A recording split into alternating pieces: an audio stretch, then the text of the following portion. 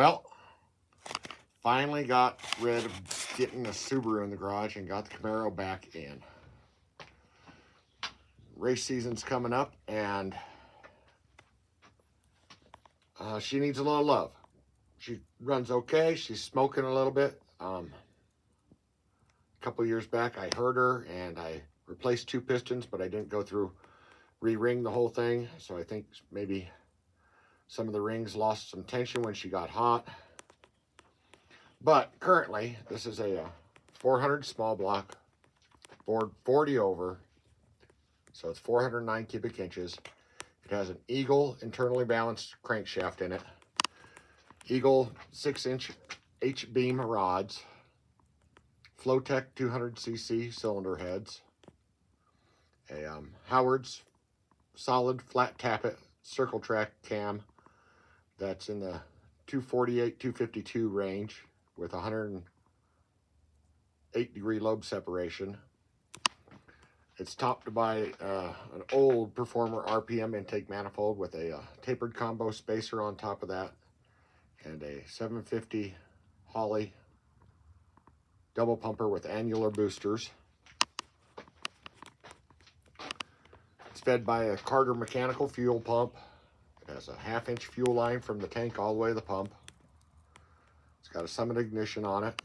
It runs pretty good for our altitude, but it's coming out to do some oiling improvements with a new oil pump, a new oil pan, and it's also getting a solid roller, a Clay Smith semi-custom solid roller camshaft put in it. Well, it's getting Clay Smith semi-custom hydraulic roller with solid rollers put on it, so I don't have to worry about hydraulic lifters going flat.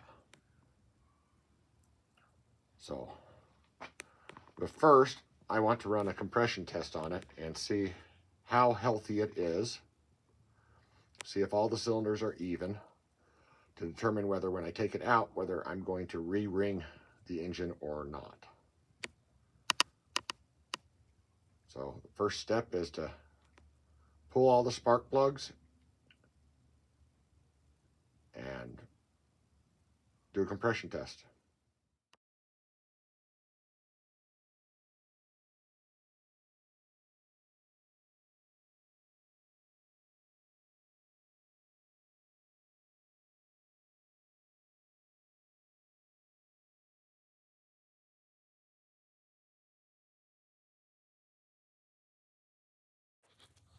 Number 1 cylinder is sitting at about 160 psi. I'm lucky enough I set this car up with a push button starter under the hood for lashing valves, so I'll run through the rest of them and see where they sit. Got to remember I am at about 5,000 foot in altitude, so that does take away from cranking compression. So 150 is okay. I'll run a check according to the cam for a dynamic calculation a little later.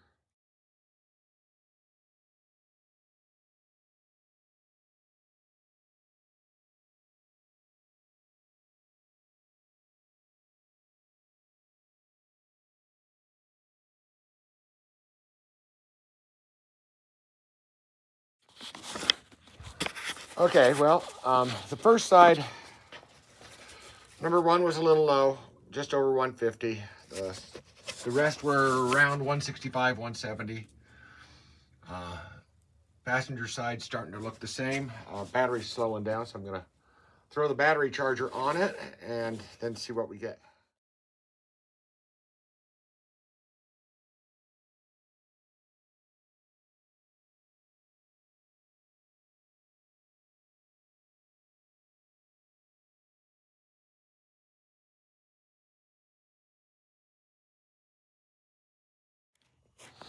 Okay, number 4 is the worst. At maybe 135, 140 PSI. So there's probably something wrong with the ring in number 4. It might have a cracked ring. One of the two might be gone, or it didn't seat, or something else, but number 4 is definitely a little low. The rest of them all were at 165 psi-ish, plus or minus 5 psi. So I can do a little math and a little calculation using a compression calculator from Wallace Racing for dynamic compression based on altitude and engine and camshaft. But I have to do a calculation for my static compression first, because frankly I don't remember the exact number. The static was in the range of 13 to 1, but I need that number first, so I'll have to do a little calculation. Well, it's not great news. I went back through and recalculated static compression ratio. Should be around 12.5 to 1. And went and calculated dynamic compression ratio based on altitude and intake valve closing events. And it's telling me that my dynamic should be about 11.39 today. Our altitude density today in Pocatello is about 8,000 feet, which will account for some of the low numbers, but my cranking compression, it's saying should be around 200 psi. So they're all a little hurt apparently, and one is just a little more hurt than the others. Probably needs a new set of piston rings. So it's going to get a new set of file fit piston rings, probably from Mall or JE or Total Seal, whoever has the best price right now. And thanks for watching.